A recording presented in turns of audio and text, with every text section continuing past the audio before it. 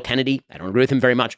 Randall Kennedy was a terrific professor. There are some professors who are like this. Unfortunately, there tends to be in these echo chambers more and more ideological conformity that is rigorously enforced, and it is by left on left. So, for example, when I was at Harvard Law School, the president of the university was another president who ended up being ousted, Larry Summers. Larry Summers had been the Secretary of Treasury under Bill Clinton, and he made the critical error of suggesting that perhaps the dearth of women in hard sciences in prestigious positions was due to possibly two factors that people were refusing to talk about. One was the possibility that women actually didn't want to be in hard sciences at nearly the rates that men do, which happens to be true.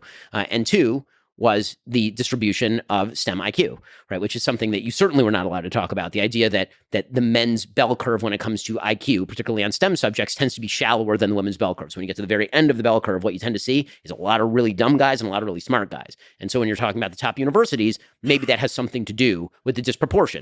And he's trying to explain that to say that our systems are not discriminating. If we end up with more men than women, maybe more men are applying and more men are qualified. That's quite. He was ousted for that by a left-wing faculty and general alum network at Harvard University.